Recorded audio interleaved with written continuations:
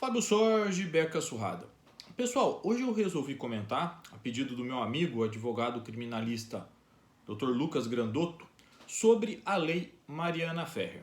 Essa lei que foi aprovada, na verdade foi sancionada pelo presidente da República, Jair Bolsonaro, na última semana, ela leva o número de 14.245 de 22 de novembro agora de 2021. Eu vou colocar junto com a publicação desse vídeo a lei para que todos e todas possam ler. Vamos nos lembrar um pouquinho aqui como é que foi o contexto de elaboração dessa lei. O caso Mariana Ferrer teve grande repercussão, né?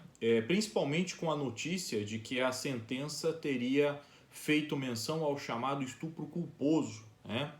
Depois eu até publiquei um vídeo sobre isso na época aqui no portal. A sentença não fala que houve um estupro culposo e, na verdade, ela diz que não haviam provas suficientes da ocorrência do delito.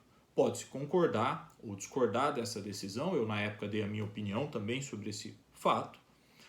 E chamou a atenção, e o que impulsionou a lei, foi o vídeo que circulou sobre a audiência de instrução, debates e julgamento, especialmente sobre a inquirição a que essa moça foi submetida. Aqui, creio que ninguém defende como a inquirição foi feita. Foi uma inquirição para além dos limites permitidos, limites processuais penais, limites que estão estabelecidos nos códigos de ética que regem as carreiras da advocacia, do Ministério Público, do Judiciário. Quer dizer, a inquirição como foi conduzida ali pelo advogado de defesa, ele tratou a moça sem qualquer indício de urbanidade, respeito, e isso evidentemente essa inquirição deveria ter sido interrompida pelo magistrado. Eu me lembro que à época o advogado disse que não queria que o filho encontrasse alguém como ela, ofendeu, colocou várias ofensas ao invés de simplesmente inquiri-la. E de fato ali era necessária a intervenção do magistrado para interferir esse tipo de pergunta. E isso não aconteceu. Essa inquirição foi prosseguindo ao longo do tempo. Uma inquirição errada, isso sem falar aqui do resultado que se deu ao processo de absolvição ou não, mas da inquirição, do ato em si. E aí, diante disso, se propôs uma mudança legislativa para que fatos anteriores da vítima não fossem trazidos à baila nas inquirições, né? E para que houvesse o tratamento com urbanidade. E diante disso, nós chegamos a esta lei que foi aprovada. E o que esta lei faz? Ela traz, em primeiro lugar, um aumento de pena para o crime de coação no curso do processo. Então, o artigo 344 do Código Penal, você tem lá um parágrafo único, dizendo que a pena aumenta-se de 1/3 até a metade se o processo envolver crime contra a dignidade sexual. E aí, além desse aumento de pena, nós tivemos duas mudanças no campo processual penal. E aqui, pessoal, eu gostaria de enfatizar algo que é muito comum do modo operante de mudança legislativa em direito penal e processo penal. Você pega um caso que gera comoção, que gera indignação, e aí você legisla em cima dele. Como se o que aconteceu nesse caso, que é muito mais exceção do que regra, fosse a regra. Isto é um defeito, claramente, de como se fazem as leis no Brasil. Você pega um caso, uma inquirição errada, mas que não é a regra, que é normalmente a exceção, e aí você imagina que em todas as audiências acontece isso. Então você muda a lei. Eu não duvido da boa intenção de muitas pessoas que não acompanham o dia a dia de audiências, sustentações orais, plenários do júri Brasil afora. Eu não duvido da boa intenção. Mas você tem que tomar um cuidado para que, na melhor das intenções, não produza uma legislação que vai, como eu vou ler aqui, claramente reduzir ou limitar o direito de defesa. E às vezes isso é feito com a melhor das intenções, mas o resultado é esse. Então, a gente vai ler aqui um pouco da legislação, mas aqui eu já deixo a minha opinião formulada, a minha preocupação com a restrição ao direito de defesa. E mais, no meu entender, já existiam no ordenamento jurídico ferramentas que o juiz poderia usar para evitar esse tipo de comportamento em audiência de qualquer das partes. E aqui vem a terceira crítica. Você tem... quantas vezes você tem réu sendo esculhambado, xingado, humilhado em inquirição, muitas vezes perante o tribunal do júri, e nada é feito. E a lei também calou, como se pro acusado pudesse tudo.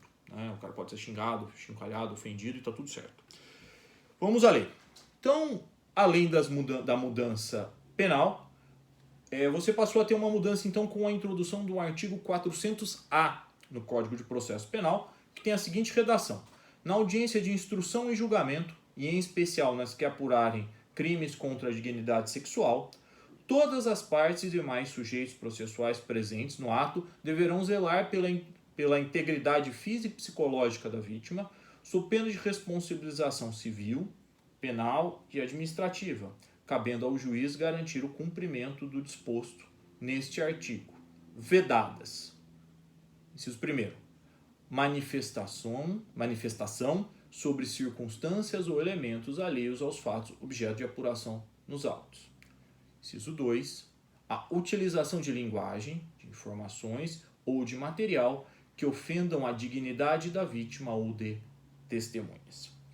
Também foi incluído um artigo no rito do júri para tratar dessa questão, que é o artigo 474-A. Ele tem essencialmente a mesma redação, como vocês vão poder ver. Artigo 474-A. Durante a instrução em plenário, todas as partes e demais sujeitos processuais presentes no ato deverão respeitar a dignidade da vítima, sob pena de responsabilização civil, penal e administrativa, cabendo ao juiz presidente garantir o cumprimento do disposto neste artigo. Vedadas. Inciso 1º. Manifestação sobre circunstâncias ou elementos alheios aos fatos objetos de apuração nos autos. Inciso 2º. Utilização de linguagem, informações ou de material que ofendam a dignidade de vítima ou testemunhas.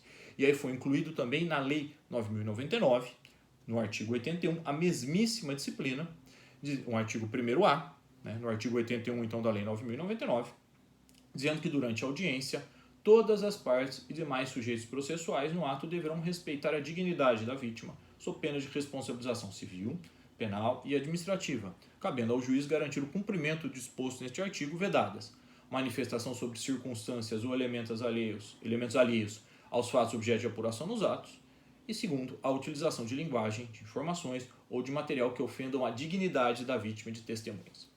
Pessoal, para algumas coisas sobre a elaboração dessa lei, de redação desse artigo. O inciso 1º de todos eles, ele é efetivamente inútil, porque já havia no Código de Processo Penal redação que faculta ao juiz impedir a formulação de perguntas que sejam impertinentes, protelatórias, enfim, que não tenham a ver com o fato. Já havia previsão no Código de Processo Penal porque o magistrado impedisse. O juiz não tem que ficar deixando parte formular pergunta impertinente, repetida, né? A redação do CPP ela fala em perguntas impertinentes, até vou localizar, ela fala em perguntas que sejam 212 do Código de Processo Penal. As perguntas serão formuladas pelas partes diretamente à testemunha, não admitindo o juiz aquelas que puderem induzir resposta, não tiverem relação com a causa ou importarem na repetição de pergunta já feita. Então, já havia, né, previsão no Código de Processo Penal, exatamente como a redação desse inciso 1º. Aqui mostra-se um desconhecimento do que já havia. Também já há previsão nos estatutos, Código de Ética, Advocacia, leis que regulam a Defensoria, Ministério Público e Magistratura, a obrigação legal que as partes têm de tratar com urbanidade qualquer testemunho. Então, esse inciso 1º, ele é, ao meu modo de entender, inútil, porque você já tem previsão legal neste sentido. Então, o que muda um pouco mais é o inciso 2º, e que pode efetivamente produzir limitações ao direito de defesa. Porque o juiz vai ter que vedar a utilização de linguagem, informações ou material que ofendam a dignidade de vítima ou de testemunhas. Muito bem. Não são incomuns os casos de tribunal do júri, para falar especificamente disso, em que a defesa precisa sustentar a tese do homicídio privilegiado. Então ela tem que perguntar para a vítima, ou tentar apurar, se houve por parte da vítima uma injusta provocação. Porque o homicídio privilegiado, vamos lembrar, o réu tem que agir logo em seguida a injusta provocação da vítima sob domínio de violenta emoção. Então, a defesa tem que fazer, às vezes vai ter que juntar materiais e fazer perguntas. Como vai ser feita essa inquirição? Evoluindo para um caso de legítima defesa, em que a tese é legítima defesa, essas perguntas também terão que ser feitas sobre uma injusta agressão do ofendido. Mas essas perguntas não ofenderão a dignidade da vítima? Pode ser feito, por exemplo, a juntada, vai poder ser mantida da folha de antecedentes da vítima? Isso é uma informação que ofende a dignidade dela? Porque pode ser que a vítima tenha um histórico e você vai precisar, óbvio, não para ofender a vítima, mas citar ali que a vítima tem antecedentes criminais. Imagine uma vítima que tenha vários antecedentes por lesão corporal e o réu alegue que a vítima partiu para cima dele, que ela já tinha brigas com diversas pessoas da região. Você vai poder juntar isso? Você vai poder perguntar isso? E se não puder, esse julgamento vai ser justo? Porque vão ser omitidos do conselho de sentença informações relevantes para a tomada de decisão. Como que nós fazemos? Como que nós faremos? Tudo isso me causa muita preocupação. Se às vezes tem que trazer perguntas, às vezes você tem que utilizar às vezes você precisa, não na inquirição, mas quando você está na exposição oral, adjetivar, falar do comportamento, como que isso vai ser feito? Qual é o material que ofenda?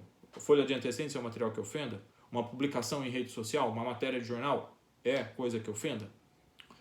Para onde nós vamos com isso? Para um ponto. Discricionariedade judicial. Porque vai ter um juiz que vai entender dessa forma e vai ter um juiz que vai entender de outra.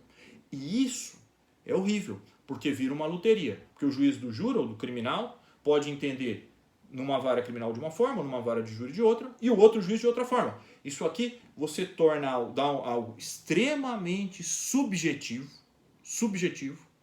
para que se tome decisões sobre instrução probatória, o que é um perigo. Um perigo das pessoas, volto a dizer, qual é o perigo disso? Que pessoas sejam julgadas sem que todas as informações relevantes para a causa sejam levantadas. Eu falei aqui do antecedente da vítima, mas tem várias outras coisas que podem ser ditas, que podem ser perguntadas na inquirição. Isso não sabemos como vai ser interpretado.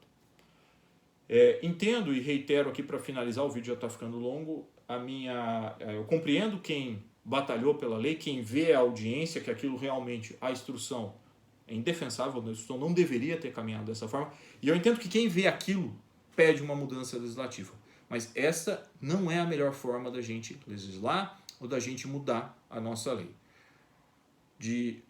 Dois erros não se fazem um acerto.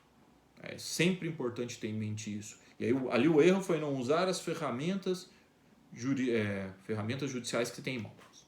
Bom, espero ter contemplado, o vídeo ficou um pouco longo, ter contemplado, o tema era um pouco complexo, agradeço ao Lucas pela pergunta, ter explicado esse tema e vou disponibilizar a lei para que todos possam ler. Muito obrigado e um ótimo dia.